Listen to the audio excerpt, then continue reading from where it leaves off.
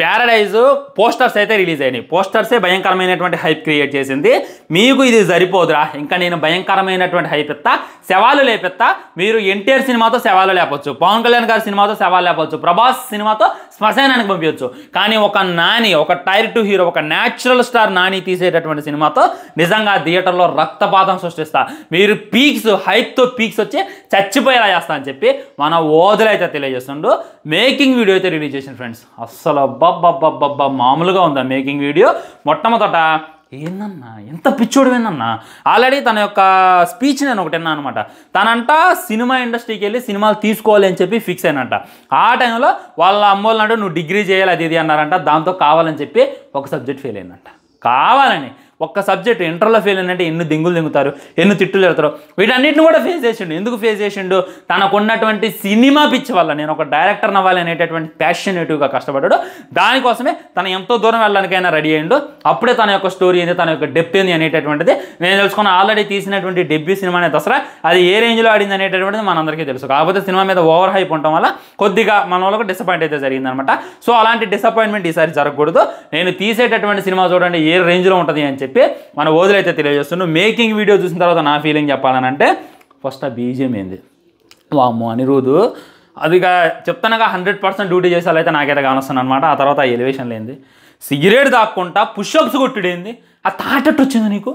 అసలు చూసుకున్నట్లయితే పోస్టర్స్లో నార్మల్ వ్యక్తిలా కనపడ్డాడు. ట్రైలర్లో చూసుకున్నట్టయితే లంచా కొడుకు అని చెప్పి ఒక ట్యాగ్ పెట్టుకుంటూ ఇంకా అంతకు మించే ఉంటుందిలే ఈ సినిమాలో ఎక్స్పెక్ట్ చేయడానికి చెప్పి మనం అనుకుంటుంటే, ఆ బాడీ కూడా కొత్త వలిపోని ఉంది. ఏందా మ్యూజిక్, ఏందా బాడీ, ఏందా ఎలివేషను, ఏందా స్క్రీన్ ప్రజెన్సు, ఏందదంతా.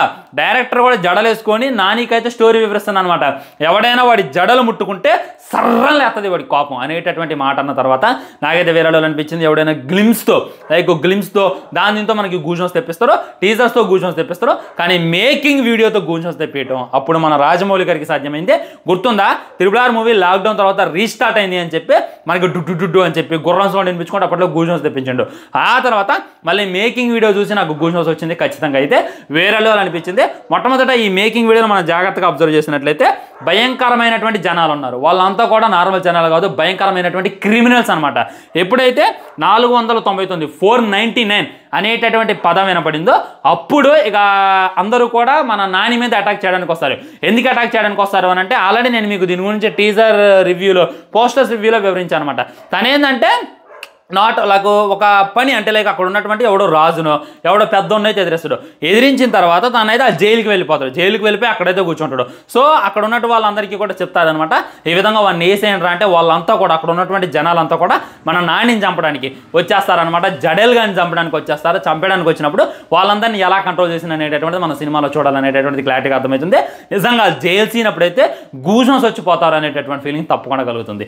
వేరే లెవెల్ ప్లాన్ చేసిన వదిలా ఇదే డెప్త్తో లైక్ ఒక సినిమాలో మంచి కంటెంట్ పెట్టి బీజం అయితే ఎదిరిపోతుంది, దాంట్లో డౌటే లేదు. స్టోరీ కూడా వేరే రేంజ్లో పెట్టగలిగితే సినిమా యాడ ఉంటుంది. ఒక్క మాట అయితే కరెక్ట్గా చెప్తున్నాను, ఏదో డిఫరెంట్గా ప్లాన్ చేసిండు మన వదిలే మామ. ఆయనైతే మనల్ని డిసప్పాయింట్ చేయడం అని చెప్పి నేనైతే 100% అనుకుంటున్నాను ఫ్రెండ్స్. చేద్దాం అనుకుంటున్నాను, ఇంకా మాట్లాడాలని కుక్కలు వస్తున్నాయి. తర్వాత ఇంకో వీడియోలో డెప్త్ మాట్లాడుకునేటటువంటి ప్రయత్నం చేద్దాం. ఉంటా బాయ్. ఛానల్ని సబ్స్క్రైబ్ చేయండి, వీడియో లైక్ చేయండి, షేర్ చేయండి. అన్నీ మాత్రం జై హింద్.